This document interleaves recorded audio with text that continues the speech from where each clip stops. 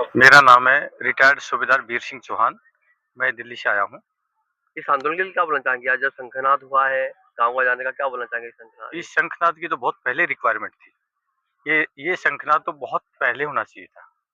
लेकिन चलो देर आए दुरुस्त आए, महाराज जी ने आज जो शंखनाद किया है, एक दिन पूरा देश खड़ा होगा, पूरा देश। जो राक्षस प्रवृत्ति के जो नेता बैठे हैं संसद में, विधानसभाओं में, इन गद्दारों को तो इलाज होना ही होना चाहिए। राक्षस कैसे? बिल्कुल राक्षस हैं, जनता का खून चूसने वाले राक्षस हैं। एक नेता 5 साल के लिए बन जाता है तो ऐसे सोचता है कि अपाहिज पैदा होंगे उसकी 7-7 पीढ़ियों में, इतना धन अर्जित करते हैं। क्यों भाई? एक जो सैनिक है उसको 4 साल की नौकरी कर दिया, उसको अग्निवीर बना दिया, और इनको एक बार बन गया नेता, 1 पेंशन, 2 बार बन गया 2 पेंशन। क्यों भाई? ये देश के गरीब आदमी कहाँ जाएगा? आज मैं बड़ी पीड़ा के साथ कहना पड़ रहा है, सेना का काम राजनीति करना नहीं होता। सेना का काम होता है देश की सरहदों की रक्षा करना, और बखूबी किसान का, गरीब का, मजदूर का बेटा बखूबी निभाता है। हर रोज किसी न किसी माँ का लाल ताबूत में पैक हो किया जाता है। साहब, हम पागल क्या? हम देश के लिए अपनी जीवन लीला कुर्बान कर देते हैं, क्या हम मिट्टी खाते हैं? नहीं। इसलिए कि अंदर से मेरा देश मजबूत रहे। आज इन हरामखोरों ने, इन देश के हुक्मरानों ने आज देश में इतनी नफरत पैदा कर दी, भाई से भाई लड़ा दिया, जाति से जाति लड़ाई, मजहब से मजहब लड़ा दिया। इसलिए जरूरत पड़ी है इस देश की सीमा से और संसद तक देश के सैनिकों को जाना पड़ेगा। एक पारी हम देश की सीमाओं पर लगा चुके हैं। जो अपनी लाइफ का गोल्डन समय है, जो एकदम पीक टाइम होता है एक जवान का, वो हम देश की सीमाओं पर लगाए, बखूबी निभा के आए हैं। जब जब देश के ऊपर कोई आक्रमण हुआ है, इन सैनिकों ने अपने प्राणों की बाजी लगा करके सदैव देश का झंडा ऊंचा किया, कभी भी देश का अपमान नहीं होने दिया। इस देश में जब भी कोई संकट आता है साहब, जब भी कोई प्राकृतिक आपदा आती है, सैनिक अपने प्राणों की बाजी लगा करके उस आपदा से इस देश को निजात दिलाता है। भारत माता के जय। आज इस देश में एक पॉलिटिकल आपदा आ चुकी है। राजनीति में कौन आता है? 1 नंबर का लुच्चा, लफंगा, गुंडा, मावाली, मर्डरर, रेपिस्ट, ठग, चोर, उचक्का, बेईमान। मैं नहीं कहता, देश की जो न्यूज एजेंसी है, वो संगीन अपराधी देश की संसदों में बैठे हैं। कहां से देश का भला होगा साहब? इसलिए आज संत और सैनिक जो एक यहाँ पर सनातन सरकार है, सनातन सरकार है, हाँ, सनातन सरकार, सनातनी सरकार है। इसलिए जो न, इसलिए हमारे जो बटुक थे छोटे बेचारे, उनकी शिखाएं खींची गई है। ये सनातनी सरकार है, ये तो राक्षस कंसों की सरकार है साहब। मैं राजपूत हूँ, लेकिन मुझे बड़ी पीड़ा के साथ कहना पड़ता है कि संत भी और राजपूत भी हमारे योगी जी। बड़ी उम्मीद थी योगी जी आपसे। कहाँ गया आपका आपका आपका संतपना? कहाँ गया आपका जो है राजपूतपना? एक राजपूत आदमी संतों के ऊपर इस प्रकार का कुठाराघात करे तो मैं तो कहता हूँ शर्म आनी चाहिए आपको। और मैं उन सैनिक, उन पुलिस वालों को भी कहता हूँ कि आपकी वर्दी से लोग नफरत क्यों करते हैं? वर्दी तो हमने पहनी है। एक फौजी आदमी पूरा कहीं पर भी मिलता है, पूरा देश का बच्चा बच्चा उसके ऊपर फक्र महसूस करता है, इज्जत करता है, सम्मान करता है।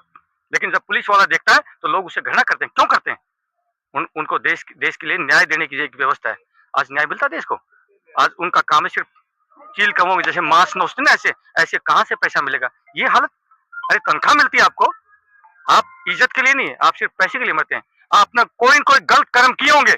जितने भी पुलिस में जो आज भर्ती हैं, नीचे सिपाही से लेके बड़े डीआईजी तक, जो बड़े बड़े अधिकारी हैं, कमिश्नर तक, उन्होंने बहुत कोई गलत पिछले गलत कर्म किए होंगे, जिसकी बदौलत उनको पुलिस में भर्ती होना पड़ा।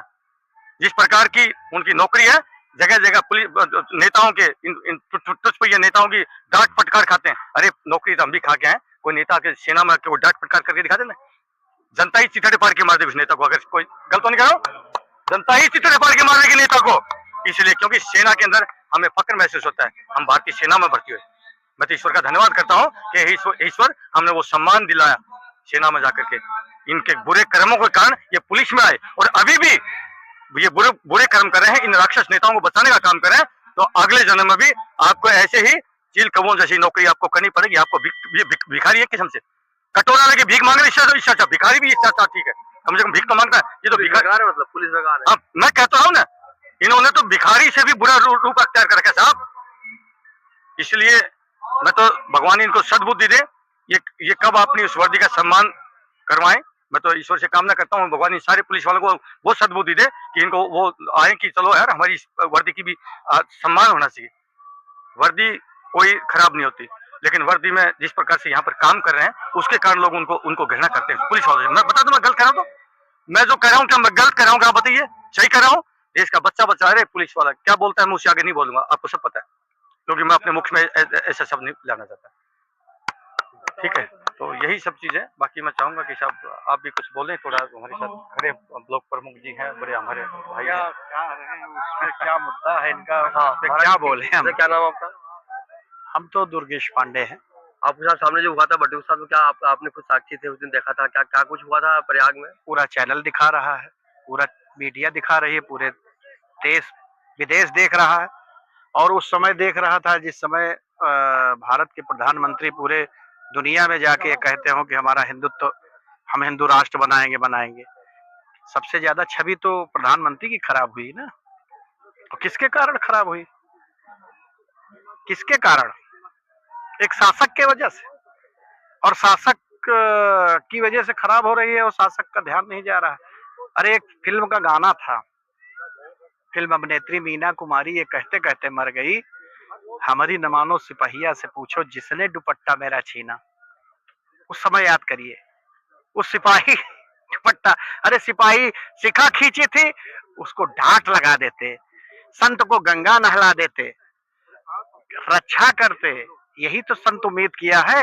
एक डॉक्टर के पास हम जाते हैं दवा कराने के लिए, एक इंजीनियर को खोजते हैं घर बनाने के लिए, एक वकील को खोजते हैं मुकदमा लड़ने के लिए।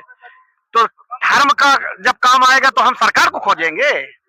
अरे हम तो धर्माचार्य को खोजेंगे, जो हमारे शंकराचार्य हैं उनकी सलाह लेंगे ना भाई। तो इसमें कौन सा बुरा हो गया? 2025 में आपने उनकी सलाह लेके महाकुंभ लगाया, और 2026 मैं इसलिए नहीं बोल रहा हूं, मैं अपने माता पिता को खोया हूं, 2013 की त्रासदी में खोया हूं, उत्तराखंड त्रासदी हुई, धर्म में खोया हूं। मेरे मुझसे पूछिए इस आपदा में और संगम में लोग मर रहे हैं, कट रहे हैं, गिर रहे हैं, या जैसा हो रहा है, और हमारे शंकराचार्य जी उसकी आवाज उठाए तो 25 शंकराचार्य 25 में तो कुछ नहीं कर पाए, महाकुंभ था। लेकिन 26 में जो किया वो पूरा आज देश देख रहा है, पूरा विश्व देख रहा है। यही उम्मीद है सनातन धर्म से। हमारा सनातन धर्म राजनीति से नहीं बात करते। राजनीति में तो यह है कि नदी के घाट पर अगर सियासी लोग बैठ जाएं तो प्यासे होते एक एक बूंद पानी को तरस जाए, और गलीमत है कि हुकूमत चलती रहे दरिंदों की मौसम पर, नहीं तो सारे बादल इन्हीं के खेतों में बरस जाए। यहाँ राजनीति का सवाल नहीं है, यहाँ हमारे सनातन धर्म की रक्षा का सवाल है। यहाँ हमारा धर्म आज शंकराचार्य और सरकार से गाय की बहस हो रही है, गाय की रक्षा के लिए ना। तो गाय की पशु कहा जाता है। हम एक विधायक से मिलने जाते हैं, हमारी भावना बदल जाती है विधायक, एक सांसद से मिलने जाते हैं भावना बदल जाती है विधायक। हमारे महाराज जी शंकराचार्य जी क्या मांग रहे हैं? यही तो मांग रहे हैं कि हमारी गाय को पशु ना लिखा जाए, गौ माता का राष्ट्र दर्जा दिया जाए। जब हम माँ से मिलने जाएंगे तो हमारे विचार और हमारे भावनाएं बदल जाएंगी। यही तो हमारा मुद्दा है। कम से कम हमारे गाय के ऊपर तो राजनीति ना हो, गंगा के ऊपर तो राजनीति ना हो। गंगा की सफाई का इतना बड़ा अभियान हुआ, साफ हो गई गंगा, अब गौ माता साफ हो जाए, संत साफ हो जाए। अब साधुओं के ऊपर भाई आप बताइए इस सरकार में क्या हुआ? इस सरकार में शिक्षक परेशान, किसान परेशान, नौजवान परेशान, और आज अब साधु परेशान, साधु संत परेशान हो गए। आने वाले समय में तो जो दिख रहा है, अब किस पे अत्याचार होगा? ये सब बहुत सोचनीय है। मैं आपके चैनल के माध्यम से धन्यवाद देता हूं। आप ऐसे संत महापुरुष के, भगवान शंकराचार्य के वाणी को यहाँ कलेक्ट करने आए, और गौ रक्षा में मैं चाहूंगा कि आप भी एक संकल्प लीजिए, अपनी गौ माता और अपने सभी जो माता है जहां माँ लगा हो सबका सम्मान करिए। इन्हीं शब्दों के साथ मैं धन्यवाद आपको देता हूं। नमस्कार।